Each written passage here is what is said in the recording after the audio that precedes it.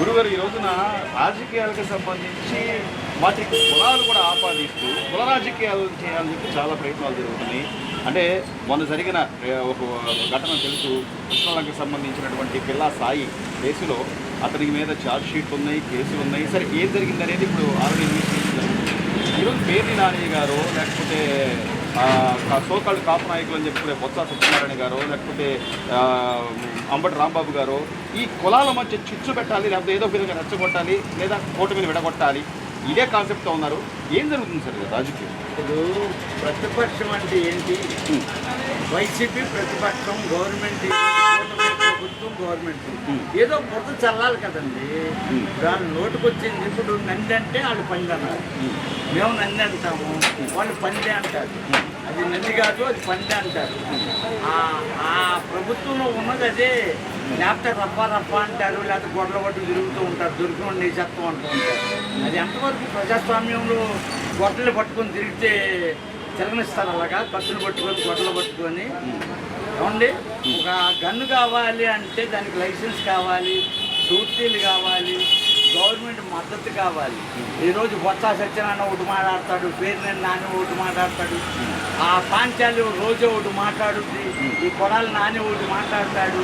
వీళ్ళకి అసలు ఏమి లేదండి. వాళ్ళకి రాజకీయాలు తెలిస్తేగా. ఆ బొత్సగాడికి అయితే తెలుగు మాట్లాడటమే రాదు. వాడి మాట్లాడే ప్రతి మాట చూడండి, అమ్మ అనేదానికి నీ అమ్మ అన్నట్టు ఉంటుంది. వాడికి తెలుగు రాదు. ఏదో అదృష్టం బాగుండి ఆ వైసీపీ గవర్నమెంట్ వచ్చి 151 సీట్లు వచ్చి అందులో వీళ్ళు మినిస్టర్లు అవ్వటం. వీళ్ళకి ఏమిటంటే ప్రతి కుక్కకి ఒక రోజు అంటూ ఉంటుంది. కుక్కకి కూడా ఒక రోజు అంటూ ఉంటుంది. ఒక రోజు వచ్చింది, 5 ఏళ్ల పాలన చేశారు, ఇక చాలు. ప్రజలు కళ్ళతో చూసేది కోరుకుంటారండి ఏదైనా. ఇప్పుడు పెళ్లి చూపులకి వెళ్ళామనుకో, భార్యగా అందంగా ఉంది గుడ్డని చేసుకుంటాడా? అందమైందనే చేసుకుంటాడు. అలాగే కళ్ళతో చూసింది కావాలి. ఇవాళ అమరావతిలో ఏం చేస్తున్నారు, పోలారంలో ఏం చేస్తున్నారు, సంక్షేమ ఫలాలు ఎలాగిస్తున్నారు, అభివృద్ధి ఎలా చేస్తున్నారు అనేది చూడాలి కదా. ఇప్పుడు చూడకుండా ఫామ్ హౌస్లో కూర్చొని ఆ జగన్ బాబు ఏమో ఆయన కూతురు ఆయనకు వస్తాడు. ఈ 5గురు ఉన్నారు.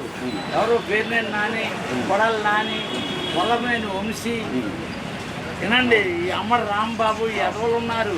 వీళ్ళకి అసలు ఏమి తెలియదు. అంటే నందిని పంది అంటారు.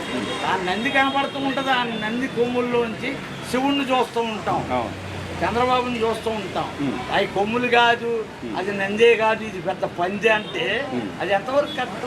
సో ప్రజలు చూస్తున్నారు, ప్రతిదీ కూడా గమనిస్తున్నారు. ఈ రోజున అభివృద్ధి కానీ, సంక్షేమం కానీ, ఇన్ని ఆర్థిక ఇబ్బందుల్లో కూడా పెద్ద ఆయన తిరగడం, లేకపోతే నారా లోకేష్ గారు దేశాలు అంటే విదేశాలకు వెళ్ళి ఆయన ఏదో ఒక ఉద్యోగ అవకాశాలు రాబట్టాలి అని ప్రయత్నాలు చేస్తుంటే వీళ్ళు సహకరించకపోగా వాటి మీద కేసులు వేయడమో, లేకపోతే లాండ్ ఆర్డర్ దెబ్బతీయడం ఎంతవరకు సమంజసం ఇదంతా? ఇప్పుడు గిత్తనోడు ఏం చేస్తాడండి, తాటేకు పాకున్నోడు 3 చీరలు ఆ పక్కనోడు వేసుకుంటే వీడికి అసూయ పుట్టింది. తాటేకు పాకోడు ఏంటో నా పక్కడు 3 చీరలు వేసాడంటే వీడికి ఉన్నది కూడా పోతుంది. ఈ 11 సీట్లు కూడా రావేళ్ళకి. వీళ్ళు అనుకోవటం ఏంటంటే బ్రహ్మ, ప్రజలు మా వైపు ఉన్నారు, ఇప్పుడు మీ ఎక్కడ ఏ గొడవలు చేసినా వచ్చేస్తున్నారు, గోళ్ళ దూకేస్తున్నారు, పోలీసు గేట్లు, బార్ గేట్లు దూకేస్తున్నారని అనుకుంటున్నారు. ఏమీ లేదు. అలాగా ఎవరు వచ్చినా వస్తారు. సినిమా ఆలిగడ్డ వచ్చినా వస్తారు అంత జనం. ఎందుకంటే ఆంధ్రప్రదేశ్ ప్రజలు అంత పెచ్చోళ్ళు. ఈ పెచ్చోళ్ళు నీకు టైం ఇచ్చారు, పండగ చేసుకోమన్నారు, 5 ఏళ్ళు చేసుకున్నావు చక్కగా. నువ్వు చేసింది ఏమీ లేదు ఈ 5 ఏళ్ళు. 5 ఏళ్ళు ఎవరికి ఇల్లు ఇచ్చావు? కొన్ని చంద్రబాబు ఆయన గవర్నమెంట్లో ఇల్లు ఇవ్వలేకపోయాడు. నువ్వు తిట్టావు, ప్రజాస్వామ్యంలో పేదవాడు బతకటానికి లేదు, అది లేదు, ఇది లేదు అన్నావు. కొన్ని నువ్వు ఇచ్చావా? సెంటు స్థలాలు, సెంటున్నర స్థలాలు అన్నావు. అయ్యేమో నేలపాలు అయిపోయినాయి. రాజుల సొమ్ము రాళ్లపాలు అంటారు. ఈ నేలపాలు అయిపోయినాయి. బొగ్గలో రోడ్డులు లేవు. ప్రజలు ప్రతిదీ గమనిస్తున్నారు. ఏం చేసినా కూడా రేపు 29 నేను కూడా ఓటర్నండి. 5 కోట్ల మందిలో నేను ఒకరిని. పార్టీలకి ఇదిగా చెప్పట్లా. చంద్రబాబు ఎక్కువని ఏం చెప్పను. ఆయనకి ఓడిపోయిన టయాలు బోల్డ్ ఉన్నాయి. రాజశేఖర్ 2 టయాల్లో 2 పీరియడ్లో చంద్రబాబు ప్రతిపక్ష నాయకుడే. ఆయన గవర్నమెంట్లో లేడు, రాజశేఖర రెడ్డి గారే ఉన్నాడు. ఇప్పుడు ఈయన కూడా ఐదేళ్ళు గవర్నమెంట్ చేశాడు.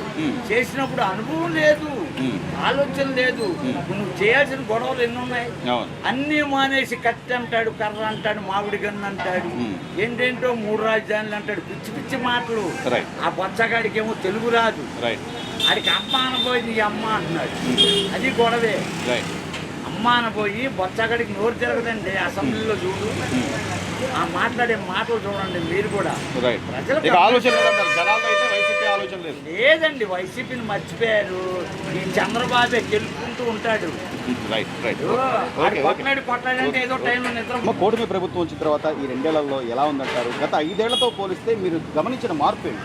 మార్పు ఏంటంటే ఈ ప్రభుత్వంలో ఇప్పుడు లేని పేదవాళ్ళు ఉంటారు, ఇంట్లో కొడుకులు కానీ కోడలు కానీ భోజనం పెట్టే ముసలి వాళ్ళు పెద్ద వాళ్ళు 5 రూపాయలు ఇచ్చి అన్నం కడుపుని తిని నిద్రించారు.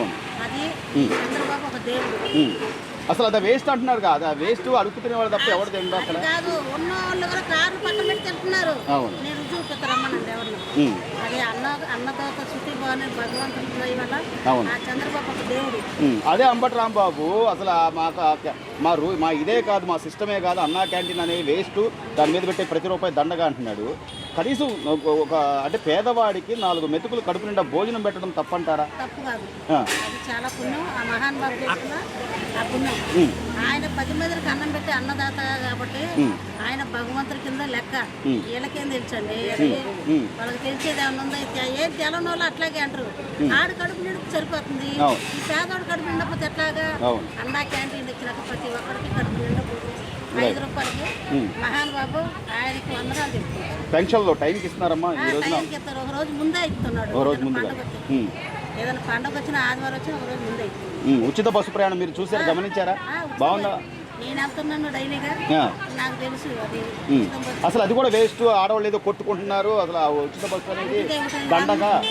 ఇదంతా మాటలన్నీ పోతూ అన్నీ ఫ్రీగా బస్సు బాగానే దొరుకుతున్నాయి మాకు. ఇదన్నీ కట్టుకట్టలు చెప్పేది. మరి జగన్మోహన్ రెడ్డి గారు మళ్ళీ నేను వస్తా, పాదయాత్ర చేస్తా, ఒక్కొక్కరు సంగతి తెలుస్తా, నేను వచ్చాక ఎక్కడున్నా సరే తీసుకొచ్చి బట్టలు ఇప్పటి నిలబెడతారంటున్నాడు.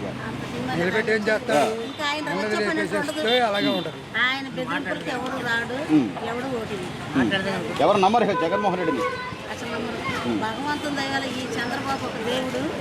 నాకు తెలిసినంత వరకు ఆయన కంప్యూటర్ బుర్రలాగా ప్రతి ఒక్కటి ఆలోచించాడు.